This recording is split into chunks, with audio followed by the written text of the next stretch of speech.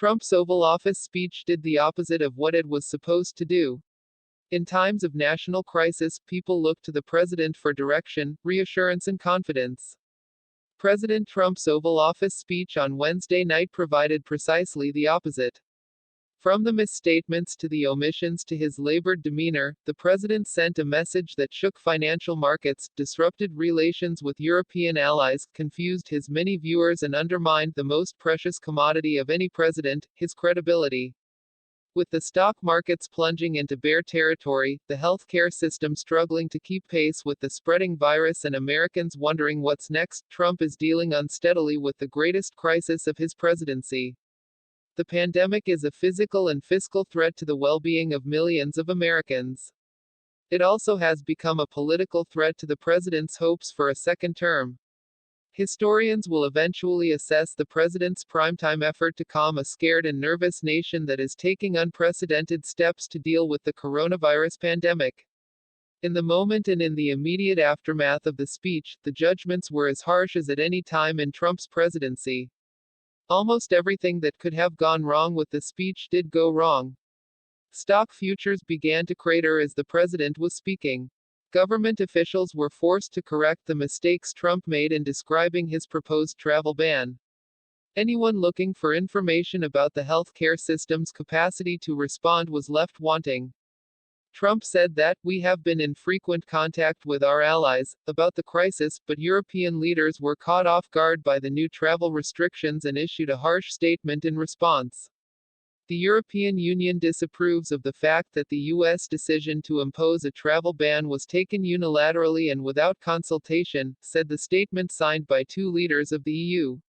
This has been described as akin to President George W. Bush's Katrina moment, the botched handling of the storm that flooded New Orleans. But for all the devastation that storm did, the coronavirus is far worse in its impacts and disruptions, and the consequences for Trump are potentially enormous. Daily life has been upended across the country in ways unimaginable when the virus began to hit people. The president's tweets, meanwhile, swing from upbeat claims to dire warnings to medical advice. This is a crisis not of the president's making, but Trump has become the government's least credible leader in responding to it. He is a cheerleader by nature, a president who is more comfortable dealing in exaggerations than facts. Trained scientists and medical doctors in government have sought to provide realistic assessments to the public. Trump has made false predictions and statements that contradict the experts. Visiting the Centers for Disease Control and Prevention on Friday, he said tests for the virus were available to anyone who wanted one, a demonstrably false statement at the time as the government was rushing to get more tests out and available, as other officials were acknowledging. Trump went on to say those tests were totally reliable and, in a statement that revealed his own state of mind, drew a comparison with his telephone call to the Ukrainian president that led to his impeachment and acquittal. "The tests are all perfect, like the letter was perfect," he said. "The transcription was perfect." Vice President Pence, who is in charge of the overall federal response to the pandemic, has attempted to project a sense of calm and knowledgeability. He defers as is necessary to the experts in the government. But he also feels a need constantly to praise the president, as if Trump has truly been the stable, guiding hand in all this.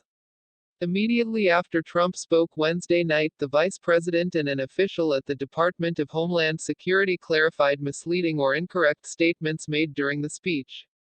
Asked about this Thursday morning on CNN, Pence replied, "I don't think there was confusion," and he went on to praise the president for more historic steps. What the U.S. can learn from extreme lockdowns. Pence and those on the team tasked with coordinating the response are working cooperatively with state and local leaders, which is critical at this moment. Meanwhile, the president has called Gov. Jay Inslee, D., of Washington, where the outbreak has brought more deaths than anywhere in the country, a snake. The president looks to blame others. It's correct that the Chinese government made all this worse by initially trying to cover up the outbreak, which contributed to the virus's rapid spreading there and now around the world. But trying to make this into some kind of foreign invasion belies the nature of the pandemic. Trump blames Federal Reserve Chair Jerome H. Powell for the tanking stock markets. The Post reported Wednesday that an angry president ordered Treasury Secretary Steven Mnuchin to press Powell to take more aggressive action to stimulate the economy. Never mind that the Fed's first attempt to do so recently did nothing to prevent the markets from falling further. The president spoke Wednesday night about forthcoming economic proposals designed to aid companies and individuals as they cope with the financial burdens of the crisis. Some things he can do by executive action, others, such as his call for payroll tax relief, would require congressional action and coordination with congressional Democrats. On Wednesday, House Democrats outlined their own package of economic assistance. There is no more important priority for the president now than dealing with the coronavirus. By his tweets, it is evident he finds regular distractions, including the contest for the Democratic presidential nomination. He has chosen to be a frequent commentator about the Democratic race, a kibitzer and a disruptor. He has suggested the Democratic establishment has robbed Sen. Bernie Sanders, IVT, of the nomination. He has claimed Sen. Elizabeth Warren, D-Mass, has helped weaken Sanders and thereby strengthened Joe Biden. His Ukraine intervention was designed to harm Biden, and now it is all but certain that Biden will be his opponent in the general election. But before he gets to that confrontation, he must deal with the threats posed to the country by the deadly coronavirus. This is just a temporary moment of time that we will overcome together as a nation and as a world, Trump said from the Oval Office on Wednesday night. That is everyone's hope. And along with that hope is a desire for the president to provide the leadership the moment demands.